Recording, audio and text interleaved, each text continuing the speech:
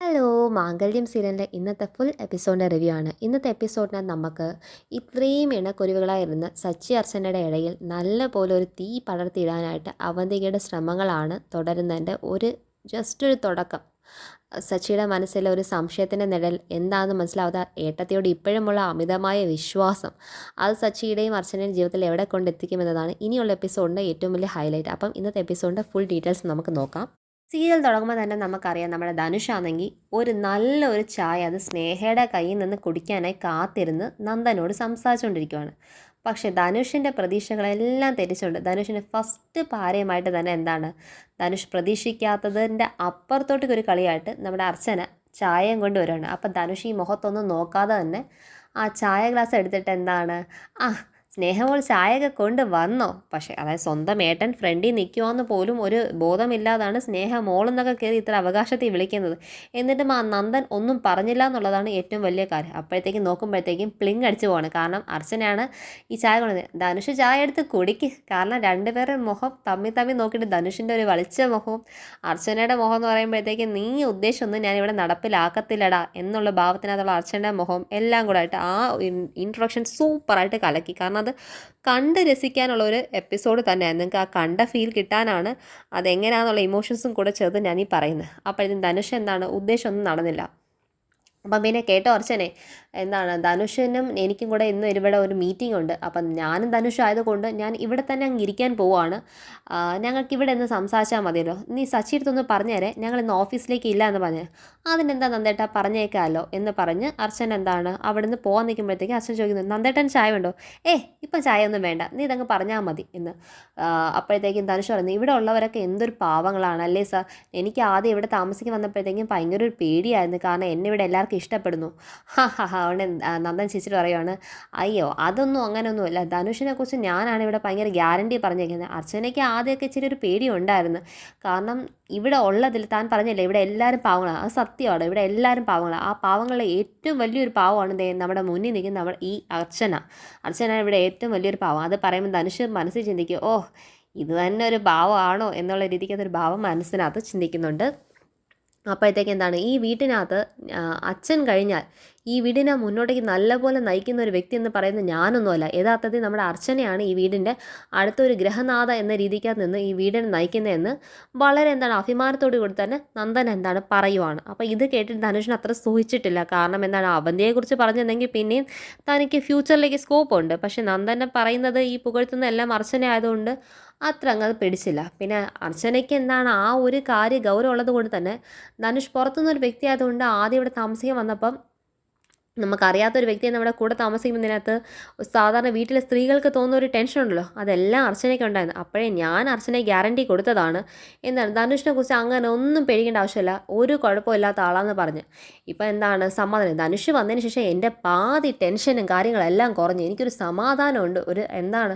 ഓഫീസിൻ്റെ കാര്യത്തിനകത്ത് ഇപ്പോൾ ഒരു സമാധാനമായി എന്ന് പറയുമ്പോഴത്തേക്കും അർച്ചന നോക്കി നിൽക്കുവാണ് ഇവരുടെ സംസാരത്തിന്. നമ്മുടെ നന്ദൻ എന്തോന്നറിയോ, നമ്മുടെ അർച്ചനെ ചോദിക്കുക, എന്തോ അർച്ചനെ ഞാൻ പറഞ്ഞ് ശരിയല്ലേ, എൻ്റെ ദീർഘവിഷം ധനുഷിൻ്റെ കാര്യത്തിൽ ശരിയല്ലേ? ഉടനെ അർച്ചനയ്ക്കാണെങ്കിൽ 4 കൊടുക്കണമെന്നുണ്ട്. ഈ പൊട്ടനെ പോലെ ഇരുന്നാണല്ലോ ഈ നന്ദേട്ടൻ പറയാൻ വയ്യാത്ത കൊണ്ട് കടിച്ച് പിടിച്ചുകൊണ്ട് ധനുഷിനെ നോക്കിയിട്ട് ധനുഷിനിട്ട് 4 കൊടുത്തിറക്കാൻ പറ്റുന്നില്ലല്ലോ എന്നൊരു സങ്കടം എല്ലാം ഉള്ളി ഒതുക്കിക്കൊണ്ട് പല്ലൊക്കെ കടിച്ച് പിടിച്ച് അർച്ചന അറിയോ ചിരിച്ചുകൊണ്ടങ്ങ് സംസാരിക്കുവാണ്. മെല്ലെ മനസ്സിലായി വരുന്നു ദീർഘവീക്ഷണമൊക്കെ ഇപ്പോഴാണ് മനസ്സിലായി വരുന്നത്, ശരിയായിരിക്കുമെന്ന് തോന്നുന്നു എന്ന് പറയുന്നു. ധനുഷിനെ എനിക്ക് അറിയത്തില്ല, ധനുഷിനെ ഇപ്പോഴല്ലേ മനസ്സിലാക്കി ഞാൻ വരുന്നത് എന്ന് പറയുന്നു. ധനുഷിനെ കേട്ടിട്ട് ഇവളെല്ലാം കുറുക്കി കൊള്ളുന്ന പോലെ ആണല്ലോ എന്നൊരു മുഖഭാവത്തിനകത്തിരിക്കുന്നത്. നന്ദൻ പാവം ഇതൊന്നും അറിയാതെ ചിരിച്ചുകൊണ്ട് തന്നെ സംസാരിച്ചുകൊണ്ടിരിക്കുവാണ്. അപ്പോഴത്തേക്ക് നന്ദൻ അങ്ങ് എണീറ്റ് പോവാണ്. ധനുഷും എന്നാൽ പിന്നെ പോയി ധനുഷ് റെഡി ആയിട്ട് വാ, നമുക്കിവിടെ മീറ്റിങ്ങിന് ഇരിക്കാമെന്ന് പറഞ്ഞതുകൊണ്ട് ധനുഷ് റെഡിയാവാൻ വേണ്ടി അങ്ങോട്ടേക്ക് പോകുന്നു. അച്ഛനും ധനുഷും മുഖത്തോട് മുഖം നിൽക്കുവാണ്. അപ്പോഴും തമ്മി എന്താണെന്നറിയോ, നീ ആരാന്നൊക്കെ ഞാൻ മെല്ലെ മനസ്സിലാക്കി എടുക്കും എന്ന് പറഞ്ഞിട്ട് അർച്ചന മനസ്സ് ചിന്തിക്കുന്നു. ധനുഷ് അർച്ചനേനെ ഓപ്പോസിറ്റോട്ടേക്ക് അങ്ങോട്ടേക്ക് പോയിട്ട് തിരിഞ്ഞു നിന്ന് അർച്ചനയെ ഒന്ന് നോക്കുന്നുണ്ട്. നിന്നൊക്കെ ഇട്ട് ഞാൻ കാണിച്ചു തരാമെന്നുള്ള രീതി. പരസ്പരം എന്താണെന്ന് വെച്ചാൽ ഏകദേശം ഒരു ടോം ആൻഡ് ജെറിയാണ്. അതായത് 6 ജയിക്കും 6 തോക്കും എന്നതിൻ്റെ ഒരു അടിസ്ഥാനം തന്നെ അവിടെ നല്ലൊരു അടിയും പിടിയും ഒക്കെ തന്നെയാണ്. അപ്പോഴത്തേക്കും അർച്ചന മനസ്സിൽ ചിന്തിക്കുക, ഞാൻ വിചാരിച്ച ആളാണോ അല്ലയോ എന്ന കാര്യം എനിക്ക് ഉടൻ തന്നെ മനസ്സിലാവും. ഇനി ഞാൻ വിചാരിച്ച പോലത്തെ ഒരാളാണ് നീയെങ്കിൽ നിന്നെ ഇവിടെ നിന്ന് ഉടൻ തന്നെ ഞാൻ കെട്ടിക്കും എന്ന് അർച്ചന എന്താണ് ഭയങ്കര ഡിറ്റർമിനേഷൻ അത് മനസ്സിനകത്ത് പറയുന്നതാണ് കാണിക്കുന്നത്. അപ്പോൾ ധനുഷ് അങ്ങ് പോയി കഴിഞ്ഞു. പിന്നെ അടുത്ത സീൻസിലേക്ക് എന്ന് പറയുമ്പോഴത്തേക്കും അർച്ചനയുടെയും സച്ചിയുടെയും ബെഡ്റൂമാണ്.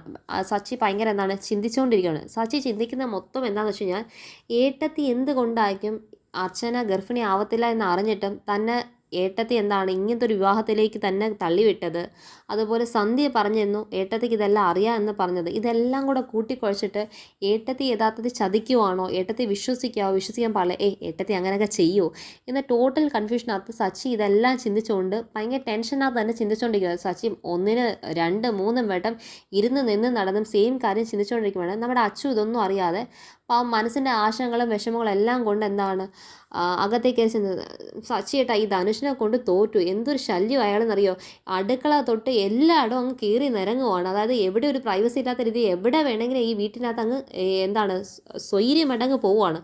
അപ്പോഴത്തേക്ക് നമുക്ക് ഒരു കാര്യം എന്താണ് എനിക്ക് ഇയാൾ ഇവിടെ ഉള്ളത് കൊണ്ട് ടെൻഷനേ ഉള്ളൂ, ഞാൻ ടെൻഷൻ്റെ മേൽ ടെൻഷനാണ് സച്ചിയേട്ടാ എന്ന് പറഞ്ഞ് അച്ചു ഈ പരാതികളെല്ലാം അങ്ങ് സച്ചി എടുത്ത് എപ്പോഴും തുറക്കുന്ന പോലെ തുറക്കുമ്പോഴത്തേക്ക് സച്ചി ഇതൊന്നും കേൾക്കാനുള്ള ഒരു മാനസികാവസ്ഥയ്ക്കകത്തല്ല. സച്ചിയുടെ മനസ്സ് മൊത്തം ഈ പറയുന്ന കാര്യങ്ങളെക്കുറിച്ചുള്ള ഫുൾ ചിന്തയും ഏട്ടത്തി സത്യമാണോ ഏട്ടത്തി കള്ളിയാണോ ഇതൊന്നും അറിയാത്ത ടെൻഷൻ ഇരിക്കും സച്ചിക്ക്. ഇതെല്ലാം കേട്ടപ്പോഴത്തേക്കും കലി പിടിച്ചു. കാരണം അർച്ചനെ വീണ്ടും നിർത്താത്ത പറയുകയാണ്. സച്ചി ഇത്ര ചിന്തിച്ചുകൊണ്ടിരിക്കാൻ നോക്കിയിട്ടും അർച്ചന അതൊന്നും വകവയ്ക്കാതെ പറയും. എനിക്ക് ഈ സ്നേഹയുടെ കാര്യത്തിനകത്ത് ഭയങ്കര ടെൻഷനാവും സച്ചിയേട്ടാ, എന്തോ ചെയ്യണമെന്ന് അറിയത്തില്ല. ഈ സ്നേഹമാണെങ്കിൽ പലപ്പോഴും എന്താണ് അങ്ങോട്ടേക്ക് അവൻ്റെ ഈ ഓരോ വാക്കിനകത്ത് അങ്ങ് വീണ് പോകണം. അവനാണെങ്കിൽ അങ്ങ് പഞ്ചാരിടിക്കാനാണെങ്കിൽ ഭയങ്കര മുന്നിൽ തന്നെ നിൽക്കുവാണ്. എനിക്ക് എന്ത് ചെയ്യണമെന്ന് അറിയാം. സച്ചിയേട്ടൻ ഓരോ ഐഡിയ പറഞ്ഞാൽ പ്ലീസ് സച്ചിയേട്ടാ എന്തെങ്കിലും ഒരു ഐഡിയ പറഞ്ഞാൽ എന്ത് ചെയ്യണം എന്നുള്ള കാര്യത്തിനകത്ത് ഇതൊക്കെ കേട്ട് സാധാരണ രീതിയിൽ സച്ചി എന്താണ് നല്ലൊരു റെസ്പോൺസ് പറഞ്ഞാൽ അർച്ചനയെ ആശ്വസിപ്പിക്കാനോ അല്ലെങ്കിൽ അർച്ചനയ്ക്ക് ഒരു സമാധാനം പറയാനോ അല്ലെങ്കിൽ ഒരു സൊല്യൂഷൻ പറഞ്ഞു കൊടുക്കാൻ നിൽക്കുന്ന സച്ചി ഈ വട്ടം ദേഷ്യപ്പെട്ടങ്ങ് എന്താണ് പറയുക, നിനക്ക് എപ്പോഴും ഈ ഒരു കാര്യങ്ങളുള്ളൂ, നിനക്ക് എപ്പോഴും ചെറിയ ചെറിയ കാര്യങ്ങളും പറഞ്ഞ് എന്നെ ഇങ്ങനെ ഈ ഭ്രാന്ത് പിടിപ്പിക്കല്ലേ. ഞാൻ ഒന്നാമത്തെ 1000 കാര്യങ്ങൾ എൻ്റെ തലമണ്ടയ്ക്കത്ത് ഒന്നാമത് ഓടുന്നുണ്ട്. ഇത് എല്ലാത്തിനും കൂടെ ഈ വിധ ചെറിയ ചെറിയ കാര്യങ്ങളും പറഞ്ഞ് എൻ്റെ അടുത്ത് വന്ന് എൻ്റെ സമയം കളയില്ല, എനിക്കിതിനുള്ള സമയമൊന്നും ഇല്ല, എനിക്കിതൊന്നും കേൾക്കണ്ട എന്നങ്ങ് സച്ചി അങ്ങ് പറയുവാണ്. ഇത് കേട്ടപ്പോഴത്തേക്കും അർച്ചനയ്ക്ക് ഇത് പ്രതീക്ഷിക്കാത്തൊരു കാര്യമായി. കാരണം കുറേ നാളുകൾ കൊണ്ട് സച്ചി അർച്ചനയും തമ്മിലുള്ള ബന്ധം വളരെ ദൃഢമുള്ളതാണ്, വളരെ സ്നേഹമുള്ളതാണ്, പരസ്പരം അണ്ടർസ്റ്റാൻഡിങ് കെയറിങ് എല്ലാം ഉണ്ട്. ആ കെയർ കൺസേൺ എല്ലാം ഒരു നിമിഷത്തിൽ സച്ചിയേട്ടൻ എന്ത് ടെൻഷനകത്താണെങ്കിലും അതങ്ങനെ മറന്നിട്ട് സംസാരിക്കാറില്ല. അതായത് അർച്ചനയ്ക്കൊരു വിഷമം വന്നെന്ന് അറിഞ്ഞാൽ പോലും സച്ചി അങ്ങോട്ടേക്ക് പോയി ആ വിഷമം മാറ്റി കൊടുത്തിട്ട് മാത്രമേ ഓഫീസിൽ പോലും തിരക്കിൽ പോകത്തുള്ളൂ. ആ സച്ചി എന്തുകൊണ്ടാക്കി ഇത്രയും പെട്ടെന്ന് എന്താണ് ഇങ്ങനെ ഒരു ശോഭിച്ചിത്തരം സംസാരിച്ചെന്ന് അറിയാതെ തന്നെ അർച്ചന ഭയങ്കര എന്താണ് സങ്കടത്തിനകത്ത് അർച്ചനയ്ക്ക് അങ്ങ് കണ്ണൊക്കെ നിറഞ്ഞ് കരയുവാണ്. അത്രയാണ് അവരുടെ ബെഡ്റൂമിൻ്റെ സീൻ കാണിക്കുന്നത്. അർച്ചന പറയുന്നത് സച്ചിയേട്ടാ ഇതെന്താ ഇങ്ങനെ എന്ന് പറയുമ്പോഴത്തേക്കും പോലും സച്ചി അതൊന്നും മൈൻഡ് ചെയ്യാതെ സച്ചി ആ റൂമിൽ നിന്ന് എന്താണ് പുറത്തേക്ക് ഇറങ്ങി പോകണം. അർച്ചന ആ റൂമിൽ തന്നെ നിന്ന് ഇത് ചിന്തിച്ചുകൊണ്ടിരിക്കുകയാണ്. പിന്നെ കാണിക്കുന്നത് ഇവരുടെ നെല്ലിശ്ശേരി വീടിൻ്റെ കോമ്പൗണ്ട് ഫ്രണ്ടിനകത്ത് ഒരു ബൈക്ക് വന്ന് നിൽക്കുകയാണ്. ബൈക്കിൽ വരുന്നത് വേറെ ആരുമല്ല അവന്തിക്കിട്ടുള്ള ഒരു പാരയാണ് ബൈക്കിനകത്ത് വന്നിരിക്കുന്നത്. അവന്തിക്ക് വന്ന പാര ആരാന്ന് നമുക്ക് എല്ലാവർക്കും അറിയാലോ. നമ്മുടെ അജയ് ഘോഷ് എന്ന പാരയാണ് ജയിലിൽ നിന്ന് പുറത്തിറങ്ങിയിട്ട് നേരെ അവന്തിക്ക് കാണാൻ നേരെ നെല്ലിശ്ശേരിയിലേക്ക് തന്നെ ഇങ്ങോട്ടേക്ക് വന്നിട്ടുണ്ട്. അപ്പോൾ അവന്തിക്ക് എന്താണ് മൈക്രോവേവിനകത്ത് എന്തോ ഒരു ബ്രെഡൊക്കെ വെച്ച് ടോസ്റ്റ് ചെയ്യാൻ വേണ്ടി അകത്ത് നിൽക്കുമ്പോഴാണ് ഒരു എന്താണ് ഫോണിനകത്ത് റിങ് അടിക്കുന്നത് കേൾക്കുമ്പോഴത്തേക്കും ഫോൺ എടുക്കുന്നുണ്ട്. ഫോൺ എടുത്തിട്ട് ഇവനാന്ന് മനസ്സിലാകുമ്പോഴത്തേക്കും ഞാൻ മാഡം വീടിൻ്റെ മുറ്റത്ത് ഇപ്പോൾ ഉണ്ട്, പുറത്തിറങ്ങി വാ നമുക്ക് കാണാം, അതോ ഞാൻ ഈ നെല്ലിശ്ശേരി വീട്ടിൻ്റെ അകത്ത് കയറി വരണോ എന്ന് ചോദിക്കുമ്പോഴത്തേക്കും ഈ അവന്തിക്കാണെങ്കിൽ അതിൻ്റെ അപ്പുറത്ത് ടെൻഷൻ. കാരണം വീട്ടിൻ്റെ അകത്തുനിന്ന് പുറത്തിറങ്ങാൻ പറ്റില്ല. കാരണം വീട്ടിൽ എല്ലാവരും ഉള്ള ദിവസമാണ്, എല്ലാവരും അവിടെ ഉണ്ട്. അത് പ്രത്യേകിച്ച് നന്ദനാണെങ്കിൽ വീട്ടിൻ്റെ ഫ്രണ്ടിൽ തന്നെ ഇരിപ്പുണ്ട്. അപ്പം ആ ഹാളിൽ നിന്ന് നന്ദനെ കടന്ന് എങ്ങനെ ഫ്രണ്ടിലേക്ക് പോകണം, നന്ദൻ്റെ ഓർഡർ പ്രകാരം ഈ വീട്ടിൽ നിന്ന് പുറത്തേക്ക് ഇറങ്ങി പോകാനേ പാടില്ല എന്ന്. അത് എങ്ങനെ മറികടക്കാൻ ചെയ്യാൻ പറ്റും? വീട്ടിലുള്ള മറ്റാരെങ്കിലും കണ്ടാൽ പ്രശ്നമാണ്, ഇവൻ അകത്ത് കയറി വന്നാൽ അത് അതിനേക്കാളും പ്രശ്നമാണ്. ഇതെല്ലാം കൂടെ ചിന്തിച്ച് അവന്തിക്കാൻ ഭയങ്കര ടെൻഷൻ ആയിരിക്കുമ്പം എന്ത് വന്നാലും ഈ ഒരു റിസ്ക് എടുത്തേ പറ്റത്തുള്ളൂ, അല്ലെങ്കിൽ എനിക്ക് പിടിച്ച് നിൽക്കാൻ പറ്റത്തില്ല എന്ന് പറഞ്ഞിട്ട് അവന്തിക കാരണം പുറത്തിറങ്ങുകയാണ്. അല്ലെങ്കിൽ ഇവൻ പോയി കോടതിയിൽ മൊഴി മാറ്റുമെന്നാണല്ലോ പറഞ്ഞിരിക്കുന്നത്. അപ്പം കറക്റ്റായിട്ട് അവന്തിക പുറത്തിറങ്ങി പോകുമ്പോൾ നന്ദൻ്റെ ഫ്രണ്ടിൽ കൂടെ തന്നെ അങ്ങ് പോവുകയാണ്. നൈസായിട്ട് പോകാൻ നോക്കുമ്പോൾ നന്ദനാണെങ്കിൽ വിളിക്കുവാണ്, നീ എവിടെ പോകുന്നു? ഞാനില്ലാത്തപ്പോൾ നീ കറങ്ങാൻ പോകുന്നുണ്ടൊക്കെ ഞാൻ അറിയുന്നുണ്ട്. നന്ദനൊരു ഭയങ്കര നല്ലൊരു ടോണാണ് നന്ദൻ്റെ വർത്തമാനം കേൾക്കാൻ. സത്യത്തിൽ വളരെ എൻ്റർടൈൻമെൻ്റ് ആണ് ആ ഒരു ടോൺ വർത്തമാനം കേൾക്കാനായിട്ട്. എന്നാൽ കാര്യഗൗരവത്തിന് കാര്യഗൗരവമുണ്ട്. കാര്യങ്ങൾ എന്താണ് ഹാസ്യം കലർന്നും സീരിയസ് ആയിട്ടും പറയാനായിട്ട് നല്ലൊരു പ്രസൻറ്റേഷൻ ഫോമുണ്ട്. അത് അത് നമുക്ക് അപ്രിഷ്യേറ്റ് ചെയ്ത് ഇരിക്കാൻ പറ്റത്തില്ല. അപ്പോഴത്തേക്കും നന്ദൻ എന്നാൽ അവധിക്ക് പിടിച്ചെടുത്ത്, നീ എവിടെ പോന്ന്? നിൻ്റെ അടുത്ത് പറഞ്ഞിട്ടില്ലേ ഇവിടുന്ന് ഇറങ്ങാൻ പാടില്ല? നീ ഇവിടുന്ന് ഞാൻ ഇല്ലാത്തപ്പം പുറത്തിറങ്ങുന്നുണ്ടൊക്കെ ഞാൻ അറിയുന്നുണ്ട്.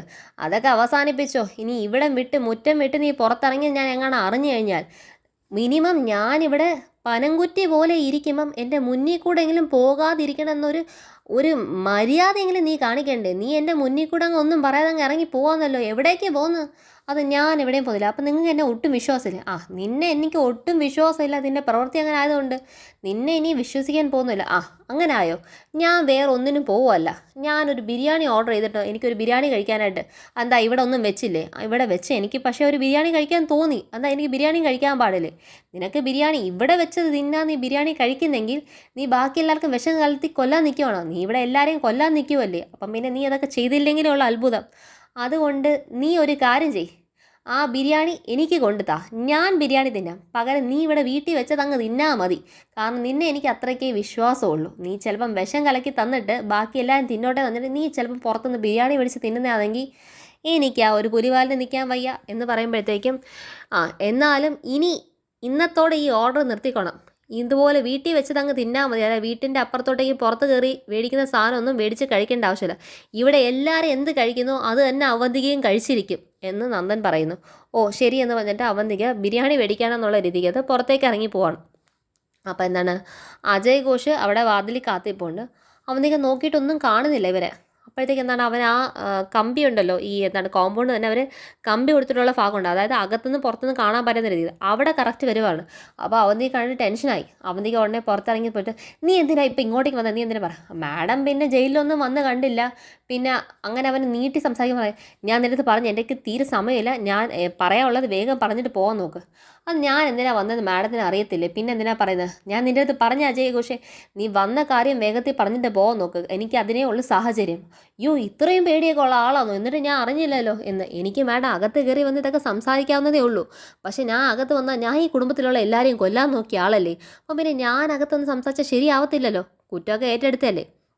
അപ്പം ഞാൻ വന്ന വേറൊന്നുമില്ല. എന്നത്തേക്ക് മാഡം എന്താണ് അനക്കയും ഞാനും തമ്മിലുള്ള വിവാഹം നടത്തും? ആ ഡേറ്റ് ഒന്ന് അറിഞ്ഞിരുന്നെങ്കിൽ കൊള്ളാമെന്ന്. സത്യത്തിൽ ഇങ്ങനെയൊന്നുമല്ല ചെയ്യേണ്ടത്. എൻ്റെ വീട്ടിൽ നിന്ന് എൻ്റെ അച്ഛനും അമ്മയൊക്കെ വിളിച്ച് ഇവിടെ സംസാരിച്ചൊക്കെ നടത്തേണ്ടത്.